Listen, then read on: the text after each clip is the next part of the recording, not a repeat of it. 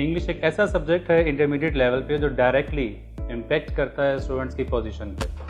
Normally it is observed कि बच्चे बड़ा लाइट लेते हैं इंग्लिश सब्जेक्ट को और वहीं से उनकी पोजीशन डाउन हो जाती है।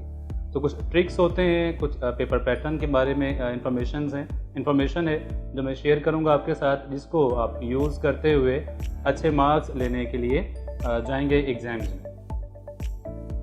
फॉर एग्ज़ाम्पल 20 मार्क्स की ऑब्जेक्टिव होती है, उसमें इशू नहीं है। अगर आपको सिनोनिम तैयार हैं, आपने बुक 1 की ऑब्जेक्टिव प्रिपेयर कर ली है, आपने बुक 3 की ऑब्जेक्टिव प्रिपेयर कर ली है, आपने ग्रामेटिकल पोर्शन प्रिपेयर कर लिया है, तो ऑब्जेक्टिव में मार्क्स पूरे आ जाते हैं।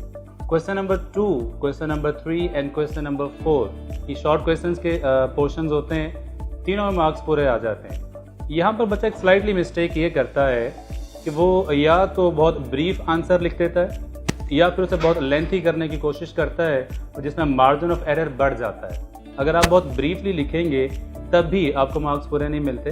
क्वेश्चन में बाकायदा तौर पर एक स्टेटमेंट लिखी हुई होती है एग्जामिनर ने कि answer the following questions in 3 to 5 lines, यानी मिनिमम 3 लाइन्स आपने लिखनी होती हैं और मैक्सिमम 5 लाइन्स आपने उसमें लिखनी होती हैं। अच्छा, यहाँ पर लाइन्स का मतलब आपकी शीट की लाइन नहीं होती है। यहाँ पर लाइन्स का मतलब वो सेंटेंस होता है जो आपने स्टार्ट कर दिया है। समटाइम्स इट हैपन्स कि एक सेंटेंस एक से ज़्यादा लाइन में चला जाता है, तो आपने 3 से 5 सेंटेंसेस लिखने होते हैं, उनको अपने लाइन्स कंसीडर करना होता है। बाज़ औक़ात बच्चे उसे वो 2 लाइन्स में वाइंड अप कर देते हैं और फिर एक्सपेक्ट कर रहे होते हैं कि मार्क्स पूरे मिल जाएं। ऐसा नहीं होगा। जो रिक्वायरमेंट है एग्जामिनर की जानिब से आपने उसे पूरा करना होता है, और मोर देन 5 पर अगर आप जाएंगे तो आप मार्जिन ऑफ एरर देंगे एग्जामिनर को। अगर आपने सेल्फ राइटिंग के चक्कर में आकर थोड़ी सी मिस्टेक कर दी है, ग्रामेटिकल मिस्टेक कर दी या कोई स्पेलिंग मिस्टेक हो गई, तो मार्क्स में वहाँ से डिडक्ट हो जाएंगे।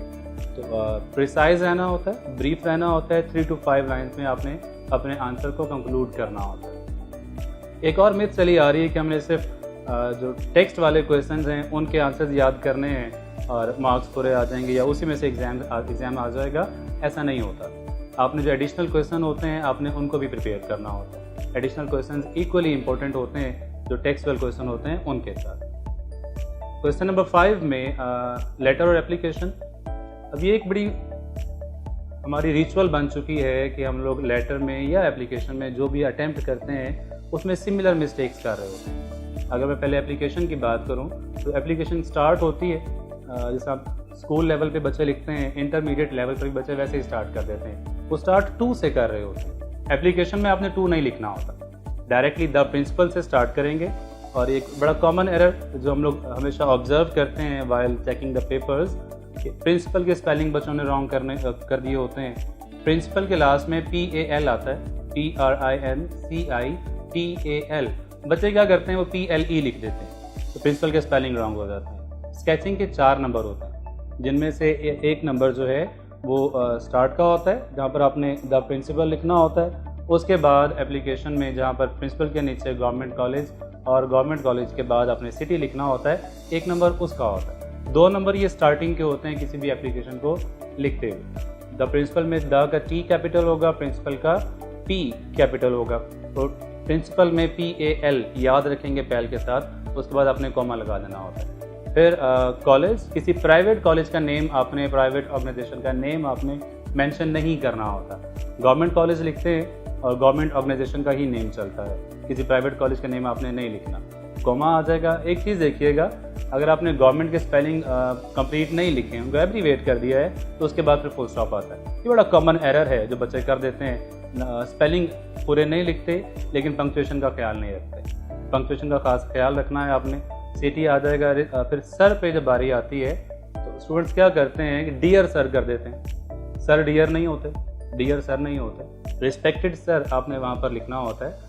तो कोशिश करेंगे रिस्पेक्टेड सर या ऑनरेबल सर करने, उसके बाद कोमा आ जाएगा। जब आपने इसकी क्लोजिंग पे जाते हैं सैल्यूटेशंस के बाद, जब लास्ट इसका चल रहा होता है, तो एक वायरस है, मैं इसे कहता हूँ कि ये कोविड से ज़्यादा खतरनाक वायरस है जो हमारी कौम में फैल चुका है।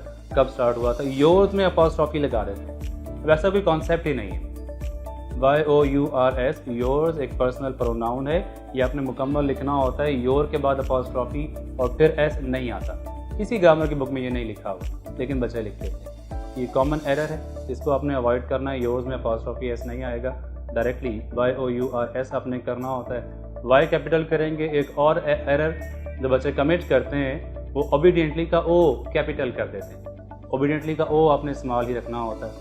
और फिर जिस लाइन में आप योर्स ओबीडियंटली लिखते हैं उसी लाइन में बैक पर आपने डेट मेंशन करनी होती है। डेट ओबीडियंटली के बाद या लाइंस ख़त्म होने के बाद आपने नहीं लिखनी होती। इसी तरफ दूसरी जानिब ऑप्शन में आपके पास लेटर की ऑप्शन होती है। या एप्लीकेशन अटैम्प्ट करेंगे या लेटर अटैम्प्ट करेंगे। लेटर अटैम्प्ट करने के लिए भी उसी तरह स्केचिंग के 4 मार्क्स होते हैं अगर आपने ठीक तरह से उसे अटैम्प्ट किया हो। बच्चों को प्रॉब्लम ये आती है कि स्टार्ट कहाँ से करें, राइट से स्टार्ट करें या लेफ्ट से स्टार्ट करें, तो ये इक्वली करेक्ट होगा। आप राइट से स्टार्ट करना चाहते हैं राइट से स्टार्ट कर दें, लेफ्ट से स्टार्ट करना चाहते हैं लेफ्ट से स्टार्ट कर दें। मेरी रिकमेंडेशन ये होती है कि आप राइट से स्टार्ट करें। अगर आप लेफ्ट से भी करेंगे तब भी रॉन्ग नहीं होगा। बट मैटर ये करता है कि जहाँ से आपने स्टार्ट करना है एंडिंग भी आपने उसी साइड पे करनी है। एप्लीकेशन में ऐसा नहीं होता। एप्लीकेशन में चॉइस नहीं होती, आपने लेफ्ट से स्टार्ट करना होता है और राइट पे एंडिंग करनी होती है। लेकिन जब आप लेटर अटैम्प्ट करेंगे तो लेटर आपने स्टार्ट भी जहाँ से करना है, अगर राइट से स्टार्ट कर रहे हैं तो उसकी एंडिंग राइट पर होगी, लेफ्ट से स्टार्ट करेंगे तो एंडिंग उसकी लेफ्ट पर हो जाएगी। इसी तरह की पंक्चुएशन मिस्टेक्स होती हैं जो बच्चे उसमें कमिट करते हैं और अपने जो मार्क्स हैं वो लूज़ कर जाते हैं। एग्जामिनेशन हॉल में आप ई कैपिटल करेंगे, हॉल का एच कैपिटल करेंगे, उसके बाद आपने कोमा लगाना होता है। फिर सिटी में अपनी सिटी का नेम मेंशन नहीं करना होता।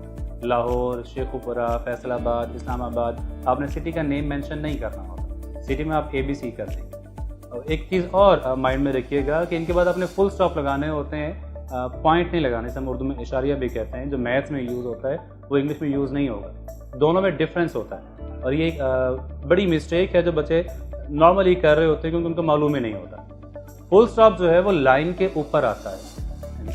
फुल स्टॉप अब जहाँ लाइन लगी होगी लाइन के ऊपर लगाएंगे, लाइन से ऊपर नहीं लगाएंगे। लाइन से ऊपर हो जाएगा तो वो पॉइंट बन जाएगा, वो फुल स्टॉप नहीं होगा। A full stop, B full stop, C full stop. उसके बाद लास्ट में ये तीनों लाइन्स मुकम्मल होने के बाद नेक्स्ट जिसके भी आपने नेम आप लेटर लिख रहे हैं, यंगर ब्रदर को लिख रहे हैं, फादर को लिख रहे हैं या मदर को लिख रहे हैं, जिसके भी नेम आपने वो लेटर लिखना होता है उसका फर्स्ट लेटर कैपिटल हो जाता है। माय का M कैपिटल और माय फादर और माय मदर। अगर डियर दरमियान में आप लिखेंगे तो डियर का D स्मॉल हो जाएगा और लास्ट में जो वर्ड होगा उसका फर्स्ट लेटर कैपिटल हो जाएगा। जब इसे क्लोज कर रहे होते हैं तो उसी तरह अगर आप योर्स लिख रहे हैं तो अपॉस्ट्रोफी नहीं लिखेंगे, खुदारा अपॉस्ट्रोफी मत लिखिएगा। योर्स के बाद आपने योर्स अफेक्शनेटली, योर्स लविंगली। अगर आप S लगाएंगे तो LY लगाएंगे। बच्चे क्या करते हैं, योर अफेक्शनेटली कर देते हैं, ये भी रॉन्ग हो जाता है। अगर योर है तो अफेक्शनेट होगा, योर्स है तो अफेक्शनेटली होगा। उसके बाद में आपने उसे वाइंड अप करना होता है, कोमा लगाएं, XYZ लगा दें, उसे ख़त्म कर दें। नेक्स्ट क्वेश्चन होता है मॉरल स्टोरी का। अब मॉरल स्टोरी में भी प्रॉब्लम ये होती है, बच्चे करते क्या है, क्वेश्चन आ गया right a story on the moral of look before you leave, तो बच्चे स्टार्ट ही मॉरल से कर देते हैं।